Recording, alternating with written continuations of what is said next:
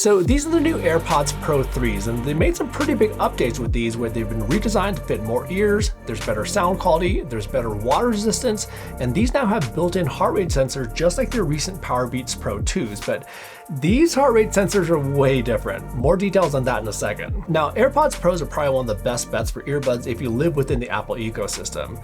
There's better buds out there for sound quality, there may be some better buds out there for transparency or ANC, and there's some that have better battery life, but AirPods Pros were never really about excelling at one single thing. They did everything really well for the most part, but it was maybe more about how well they work with other Apple devices, which made them the better choice for everyday earbuds if you had an iPhone or an Apple Watch, or even a Mac for that matter. One thing that AirPods haven't necessarily been known for though are sports, where they didn't have as much water resistance for sweat, not as much security as other earbuds, but also not as much in the sound quality department, especially on the low end, which I think all of us kind of appreciate that bass dropping during our workouts.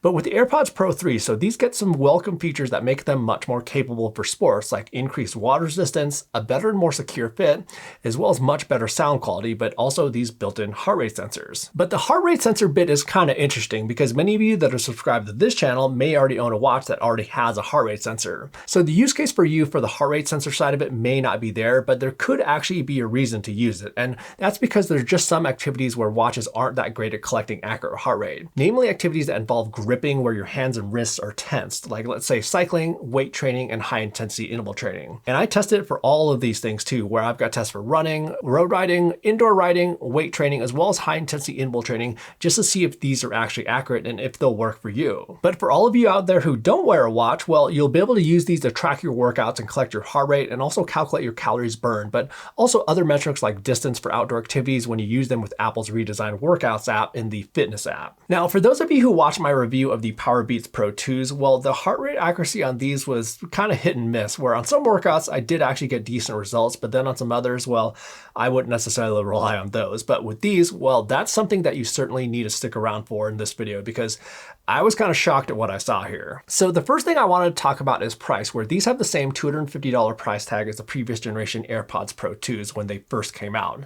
So they're not necessarily even charging more for these heart rate sensors. It's just something that you now get with these new versions. When it comes to fit, so they've redesigned these where the buds are now a little bit smaller than before, which allows them to fit more people. But along with that, they're now using these new foam-infused silicone ear tips, and these are kind of interesting. So what they're trying to achieve here is to have the benefits of foam with the feel of silicone. And I think they've actually achieved that, where the first time I put these into my ears, I could feel much more grip with the materials themselves, where that blend seems to do a really good job at gripping onto my skin. But these still have a nice spring to them too, like silicone, where that was maybe one of the things I don't necessarily like about foam is that those weren't necessarily springy. And these new tips also have an oval shape, which is meant to more naturally fit the anatomy of our ears. And to top it all off, these now come in 5 different sizes versus 4 from before. And the additional size, by the way, is the new extra small size. And a few other notes about these is that they also take a bit of effort to remove them, which I think is a good thing, so they don't fall off accidentally. And you'll also hear a nice satisfying snap when installing them, but these new tips won't fit previous generation AirPods Pros. And in terms of which size ear tips to use, so they have an ear tip test in the settings on your iPhone, which you can use to try to find the best fit. And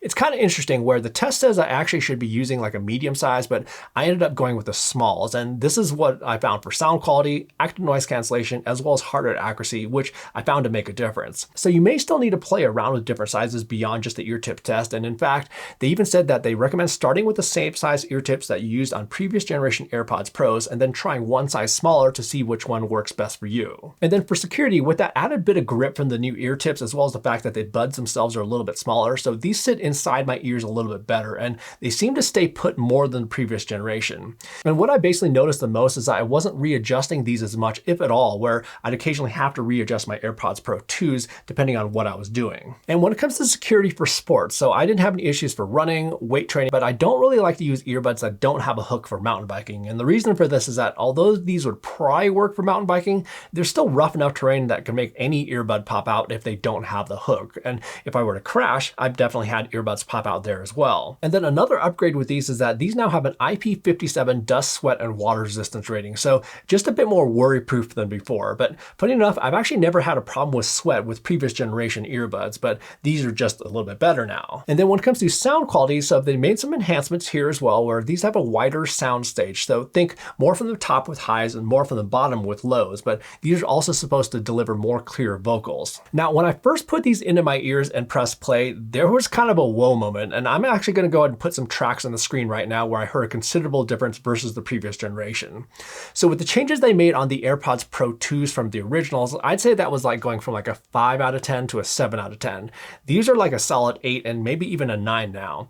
And the first thing that was really immediately noticeable for me was the bass, where there's just a lot more on the low end, and these actually throw that bass now where you not only hear it, but you also kind of can feel it. But what can happen though when earbuds deliver more bass is that the overall sound can start to get a little bit more muddled, and that's not the case with these, where these are just as crisp and clear as before, if not a little bit better. And I'm actually kind of a stickler when it comes to sound quality, and I have some other earbuds that I've used when I wanted better sound, namely something like the Sony WF-1000XMs or some Sennheisers, but those just aren't as comfortable and aren't as convenient as these, so I simply don't use those as much, and I've always tended to just grab my AirPods just because they were fine. But these are much better than AirPods Pro 2s, and I don't find myself missing my Sonys or Sennheisers as much with these. Those other earbuds still do deliver better sound quality, especially on the low end, but I think that these are enough now that I'm not sure when I'm actually going to be using those other earbuds. And you'll likely hear more of a difference if you use Apple Music, where you can kind of take advantage of all the features that it has, but for me, I actually primarily use Spotify, and I can still hear that difference. Oh, and then when it comes to volume, so zero issues there, where these can get louder than what I even like, and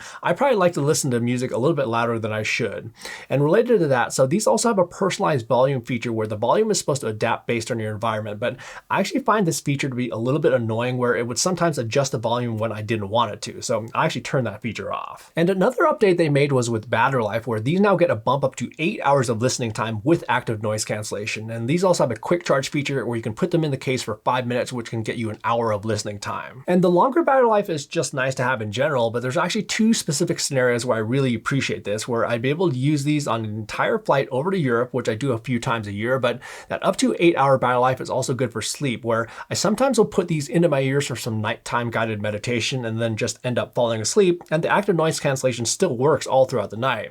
And what's interesting about these two is that since these have a heart rate sensor, they can also tell when you fall asleep, where it can pause the music or whatever else that you're listening to if they detected that. And I only discovered this by accident, where I dozed off for a second while listening to something, and then when I woke back up, no music or media was playing, and then noticed that in the settings. And the ANC still works, by the way, even with the music paused. And there's also another kind of neat feature they introduced here, where you can now use your AirPods as a camera remote. And this is honestly kind of clever, where you can take a photo or start and stop recording a video using the buds with either a single press or a press and hold. And what's nice about this feature though is that this isn't exclusive to the AirPods Pro 3s. This is going to be with any AirPods that have the H2 chip inside, along with any iPhone running iOS 26. But this feature is toggled off by default, so you'll need to switch this on in the settings if you want to use it. And there's also a live translation feature, where if you use these with an iPhone that can run Apple Intelligence, they can translate what someone else is saying to you from a select list of languages, like on the fly. So I actually got a demo of this where someone spoke in Spanish to us, and it worked really well, but there's a little bit of delay in the translation, so maybe like 5 to 7 seconds or so. And I guess that actually has to do with the fact that it's not doing a word for word translation. What it's doing is actually listening for the entire sentence to understand the complete context, and then it speaks out what the person is trying to say. And then what you can do here is actually use your iPhone to speak back, and then it will translate what you're saying back to the person that you're talking to. And the real power of this here is that if both you and the person that you're talking to are both wearing AirPods with live translation, where you can speak back and forth and both can get that translation in real time. But do note that both people need to have an AI-powered iPhones for this to work. And this even works if you aren't connected over Wi-Fi or cellular, where this is actually done on device as long as you've downloaded the language pack of your choice. When it comes to active noise cancellation, so their claim here is that these are supposed to be 2 times better than the previous generation and 4 times better than the originals. And they actually had a demo where they had a bunch of HomePods set up in a room, and at first they simulated the sound when you're on an airplane, so that not so gentle rumbling noise that's constantly going on, as well as another simulation of sitting in a loud restaurant or bar. Now, first off, it was scary accurate what they were able to create with these HomePods, where it pretty much felt like I was on an airplane as well as sitting in a loud bar. That in itself was kind of weird without the earbuds in. But in terms of how that active noise cancellation performs, so when I first switched them to ANC, I was like, I can still sort of hear the sound of the airplane in the background, and it sounded pretty much like my AirPods Pro 2s. But I started playing around with them by pushing them into my ears a bit more to create a better seal. That definitely changed things a bit. So what I decided to do is switch from the medium ear tips that I was initially using to the smaller ear tips, and it went from good ANC to extremely good, where there was a considerable difference between the small and medium ear tips. So again, you may actually have to play around with those to get better results if you're still hearing background noise. And again, this will also play a factor with hardware accuracy, which we'll talk about in just one bit. And then when it comes to transparency mode, so just like for everyday use, these are just like before, where these are really some of the best out there, where it's just incredibly natural how these sound in terms of bringing in outside sound and blending that with whatever's playing. And then when it comes to using these for running, good to go here as well. No issues that I had there. Now for cycling, so these have redesigned vents, which are apparently supposed to handle wind noise a little bit better at higher speeds. And while I would say that they are better than the previous generations,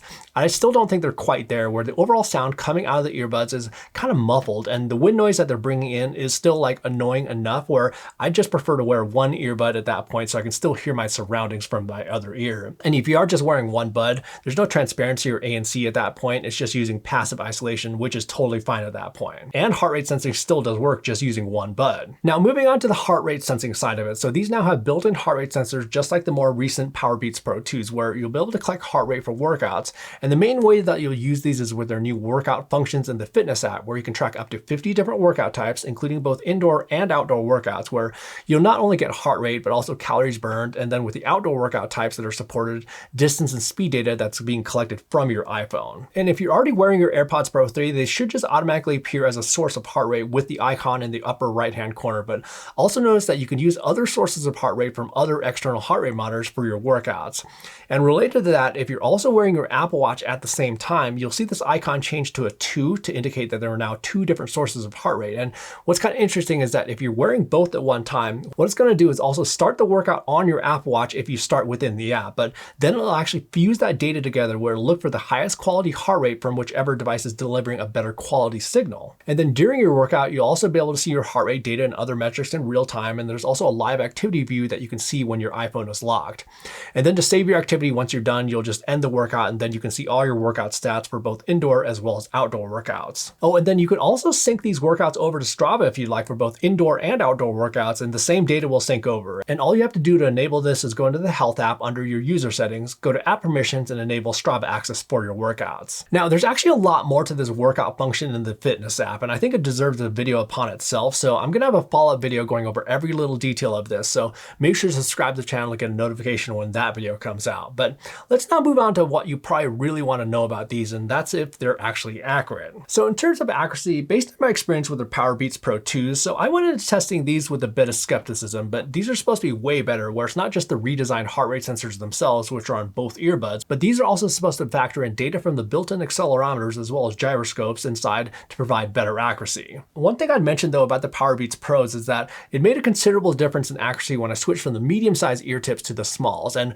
for all these tests with the AirPods Pro 3s, I was also using these smaller size ear tips, which felt nice and secure inside my ears. And they also recommend, by the way, that the heart rate sensor is covered by the front of your ear when you're wearing them for the best accuracy. And like I was mentioning earlier, if you're wearing an Apple Watch and AirPods Pro 3s at the same time, it's designed to fuse that data together. But for these tests, I really wanted to see how these would work on their own independently. So what I did to make sure it wasn't fusing any data is that any Apple Watches that I was wearing at the time were actually paired to a completely different phone altogether, and even on a completely different iCloud account, just so there was no like funny business going on. And you can even see on all these screenshots that I was just using one source of data, being the AirPods Pro 3s. Okay, so starting out with some indoor cycling. So the AirPods Pro 3s are in orange, and I swear the line is actually there, but we have to zoom in super close to see any difference, if at all, from the other external heart rate monitors I was wearing, as well as any other watches. And that result kind of blew my mind, so I definitely had to test it again just to make sure that was right. And again, we can barely see a difference, if at all. And the reason I actually know that this data is coming from the earbuds themselves is that on a few occasions, I did actually have a couple Bluetooth drops from my earbuds to my phone. And if this happens, you'll get an alert on your live activity view on the workout that the heart rate isn't detected. And at first I actually thought that I needed to readjust the earbuds, but it was actually some momentary drops in Bluetooth for some reason or another.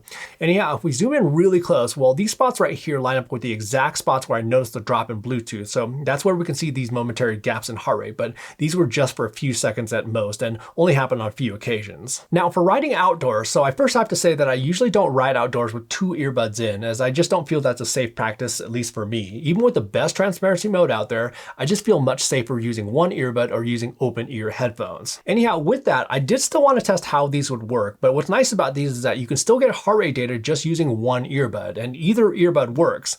So what I did on this ride is that for the first 30 minutes, I basically rode on a bike path with no cars to deal with, wearing both earbuds.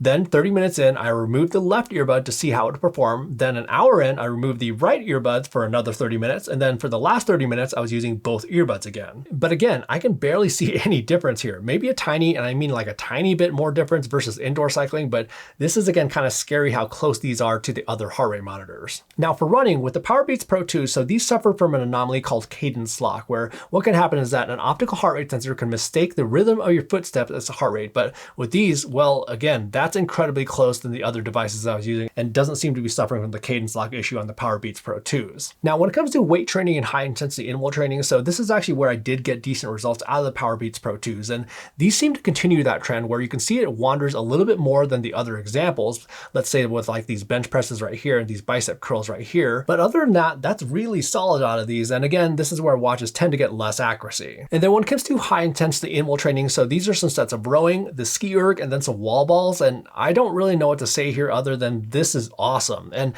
what I found from previous tests is that rowing and the ski erg are some of the hardest activities for watches to get right with the wild swinging motion that can happen with these. Like even with the Apple Watches, which arguably have some of the best sensors out there. And by the way, my technique is probably really terrible. So if you have any tips, I'd actually love to hear them because I actually have a Hyrox coming up in December. Okay, so the heart rate accuracy for my testing as well as using them with the workout app is really good. But now let's talk about where these fall short, and that's with third-party apps as well as connectivity with other devices as a source of heart rate. So other than the workout app, you can use these with any other app on your iPhone that is tied to Apple's HealthKit API where it can read this data. So examples of these would be like the Peloton app as well as the Nike Run Club app, just to name a couple. But if an app doesn't have that built-in API connectivity to Apple Health, then you can't use these with that app. The bigger issue though with these is using these with other devices like let's say a bike computer or a non-Apple Watch where these don't appear for me as a source of heart rate. And I thought about why this may be the case. And the only real reason I can come up with is like privacy reasons, where we've even seen Garmin implement their secure Bluetooth connection type for privacy reasons in regards to health data, but they still do offer an open connection type for their devices if we choose to use it. So I don't necessarily think it's off the table or anything for these earbuds to connect to other devices, but that's just something that these currently don't do. And by the way, you can't also use these as a source of heart rate on an Android phone, which you could do with their Powerbeats Pro 2s. So for what these are designed to do, they absolutely nailed it. And I am beyond impressed by the accuracy out of these as well. And in fact, they're so accurate that I'm probably going to start using these as another reference source for heart rate data when comparing them to like other watches. And with the improvements to sound quality, it just makes it a much easier choice to grab these over some other earbuds that I have. But the lack of heart rate connectivity with other devices is definitely a bit confusing to me, where they just sell more of these if they open that up.